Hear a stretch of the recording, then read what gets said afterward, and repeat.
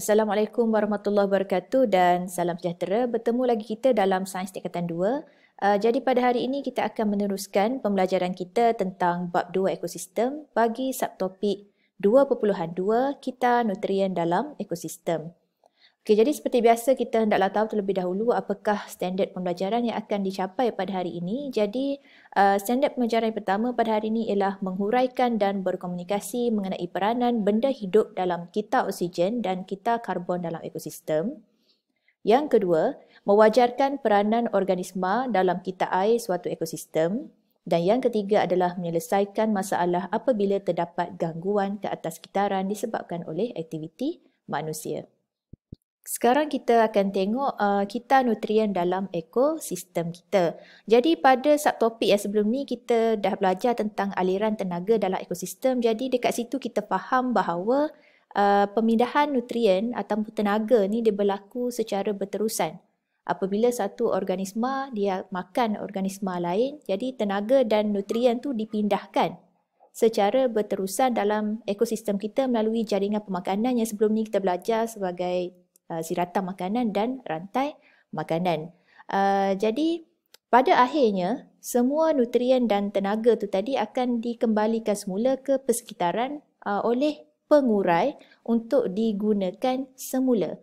Jadi kitaran ini kita sebut sebagai kita nutrien. Jadi kita nutrien ni dia ada 3 jenis yang kita akan belajar lebih lanjut pada hari ini, iaitu yang pertama ialah kita air, yang kedua ialah kita karbon dan yang ketiga adalah kita oksigen. Okey, jadi sekarang kita akan tengok terlebih dahulu kita air dan kita akan membincangkan peranan-peranan benda hidup dalam kita air. Jadi anda boleh rujuk kepada buku teks anda. Okey, di mana gambar ni saya ambil dalam buku teks Sains Tingkatan 2. Okey, so dekat sini kita akan mulakan dulu dengan tumbuhan lah. Kita akan mulakan dengan tumbuhan.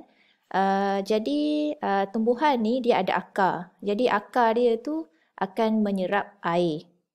Okey, jadi bila akar tu serap air, air tu tadi akan disalurkan kepada batang tumbuhan tu dan seterusnya pergi kepada daun tumbuhan tu tadi. Kemudian pada daun ni akan berlakunya satu proses yang kita panggil sebagai transpirasi. Okey, jadi kita faham transpirasi ni ialah satu proses di mana air tu diserap oleh akar, kemudian dibebaskan ke atmosfera melalui satu proses yang dipanggil transpirasi. Jadi kita faham transpirasi ni dia boleh meningkatkan kandungan wap air dalam atmosfera kita. Kemudian kita lihat juga dekat sini selain tumbuhan kita juga ada haiwan dan juga manusia lah. Jadi pada masa yang sama haiwan dan manusia ni tadi dia akan lakukan proses respirasi, penyahtinjaan, okey, dan perkumuhan, okey, seperti perpeluhan dan urinasi, dan semua proses ni juga turut menyumbang kepada peningkatan kandungan wap air dalam atmosfera kita. Okey, dan pada masa yang sama air yang berada di permukaan bumi kita ni turut berlaku proses penyejatan, iaitu satu proses di mana perubahan keadaan air, okey, perubahan keadaan jirim air itu tadi daripada cecair kepada gas, iaitu wap air. Jadi kesemua proses ni transpirasi, penyejatan, respirasi, penyahtinjaan dan perkumuhan ni menyumbang kepada peningkatan kandungan wap air dalam atmosfera kita. Okey, jelas? Okey, sekarang apa berlaku kepada kesemua wap air yang dah pergi ke atmosfera kita tu tadi? Okey, jadi di sini berlaku lagilah satu proses perubahan keadaan jirim wap air tu tadi. Wap air tu dia akan membebaskan haba, maka akan berlakulah proses kondensasi lalu membentuk awan. Okey, jadi bila awan tu dah sarat dengan air, maka turunlah air tu tadi sebagai hujan. Okey, jadi hujan yang mengalir daripada bukit tu akan turun pergi ke sungai dan seterusnya akan pergi ke sungai, seterusnya pergi ke laut dan juga ada air yang akan meresap ke dalam tanah. Jadi air yang meresap ke dalam tanah tu dia akan jadi air simpanan, air bawah tanah lah. Okey, kemudian pada masa yang sama juga akar-akar tumbuhan ni tadi dia memainkan satu fungsi yang sangat penting dalam ekosistem kita, di mana akar-akar tumbuhan ni sebenarnya dia berfungsi untuk mencengkam tanah tu tadi supaya apabila berlakunya aliran air yang laju, yang kuat dalam tanah, okey, akar tanah tu tadi dia mencengkam tanah dan menjadikan struktur tanah tu lebih kukuh dan lebih kuat. Okey, macam yang kita tengok keadaan di negara kita lah contohnya kan, macam biasa berlaku bila ada banjir ataupun bila ada hujan yang lebat, maka berlakulah tanah runtuh di kawasan-kawasan tepi bukit. Kenapa berlaku keadaan macam ni? Okey, ini mungkin kerana tiada pokok, maka tiadalah akar pokok untuk memegang, mencengkam tanah tadi. Okey, itu yang menyebabkan berlakunya tanah runtuh. Jadi pada masa yang sama juga daun-daun pokok yang gugur tu dia akan menutupi permukaan tanah. Dan dia boleh mengurangkanlah kadar penyejatan air pada permukaan tanah tu tadi untuk mengelakkan tanah menjadi terlalu kering.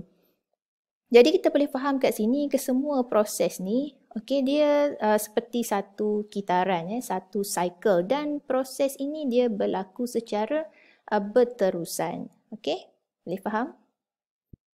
Sekarang kita akan masuk kepada kita karbon dan kita oksigen.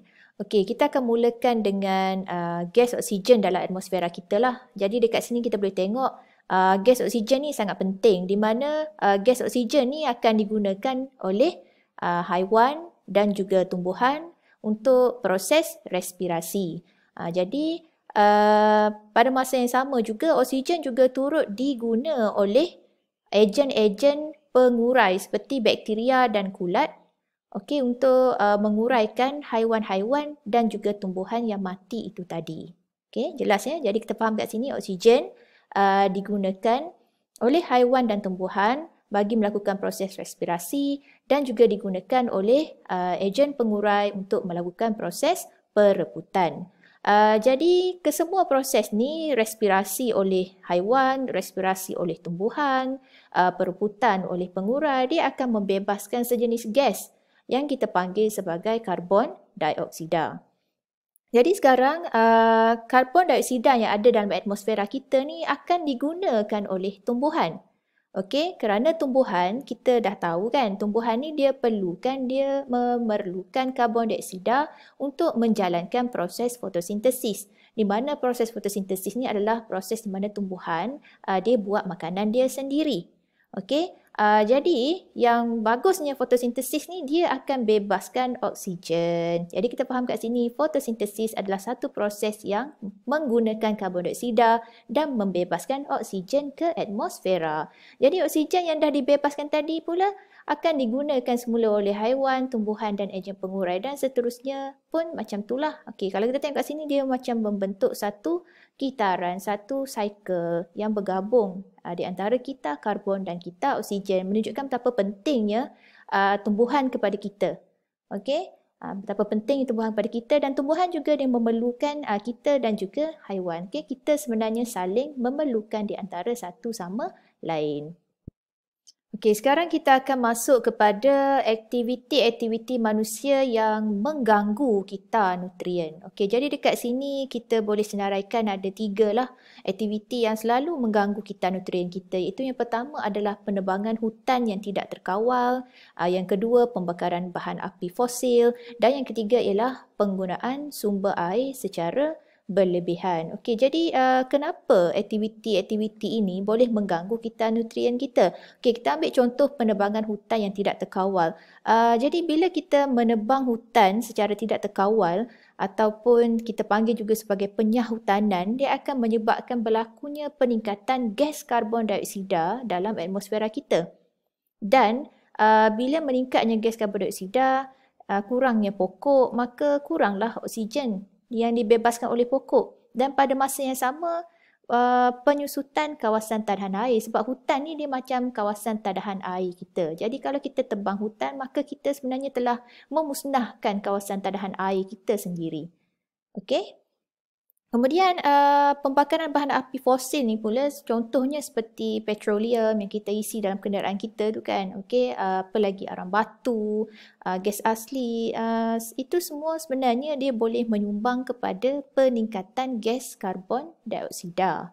Okey, kemudian penggunaan sumber air secara berlebihan. Dah lah tadi kita dah tebang hutan kan. Kita dah kurang dah kawasan tadan air. Lepas tu kita guna pula air secara berlebihan, membazir.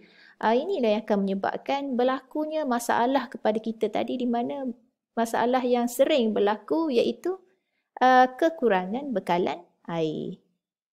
Okey, jadi ada tak langkah-langkah untuk kita selesaikan masalah-masalah gangguan kepada kita nutrien kita ni? Okey, ada. Okey, contoh tadi masalah pertama tadi adalah penyahutanan ataupun penebangan hutan. Jadi yang kita boleh buat adalah kita boleh wujudkan satu sistem pertanian yang terancang. Okey, kita juga boleh wujudkan penanaman semula pokok. Kita dah tebang hutan, maka kita kena tanam lain lah. Kalau ambil contoh mudah, kalau kita dah tebang satu pokok balak tu, kita kena tanam balik 10 pokok balak tu. Okey? Kenapa 10? Sebab pokok balak ni dia ambil masa yang sangat lama untuk dia tumbuh dan matang sebelum dia boleh ditebang. Okey? Kemudian kita juga boleh wujudkan penanaman ataupun penebangan terkawal. Okey, kemudian kita boleh memperketatkan undang-undang lah. Kita ambil tindakan ke atas orang yang menebang pokok, pihak yang menebang pokok, menebang hutan sesuka hati ni. Tak boleh jadi ni macam ni. Okay? Dia telah merosakkan alam sekitar kita. Okey, kemudian bagi menyelesaikan masalah gangguan kepada kita nutrien, penggunaan bahan api fosil berlebihan tadi, kita boleh bertukar kepada menggunakan kenderaan awam ataupun kita boleh berkongsi kenderaan. Ataupun mungkin satu hari nanti di negara kita ni semua orang dah tak pakai petrol dah. Sebab tak mustahil satu hari nanti petrol tu dia habis. Maka kita kena berubah kepada sumber tenaga yang baru. Mungkin semua orang di negara kita satu hari nanti dia guna kenderaan yang menggunakan tenaga elektrik. Ataupun tenaga yang menggunakan air. Okey, hebat kan?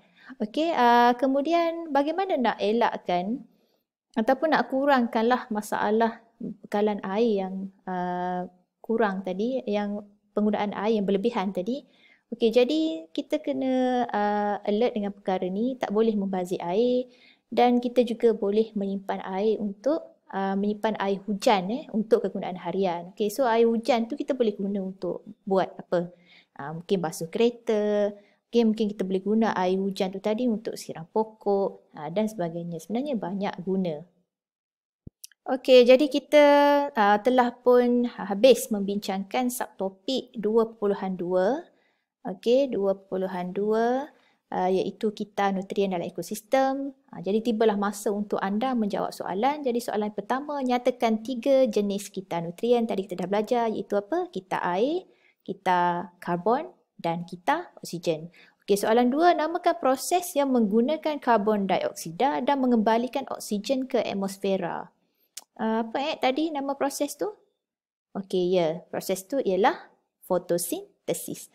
Okey, soalan ketiga, namakan proses yang menggunakan oksigen dan membebaskan gas karbon dioksida. Tadi cikgu sebut ada 2 proses yang guna oksigen dan bebaskan karbon dioksida. Okey, anda fikir. Okey, soalan 4, berikan 2 proses perubahan jirim dalam kita air. Tadi cikgu ada sebut juga ada 2 proses perubahan jirim dalam kita air tadi. Okey, soalan kelima, cadangkan 2 langkah untuk menjimatkan air. Okey, jadi setakat itu sajalah pembelajaran kita pada hari ini.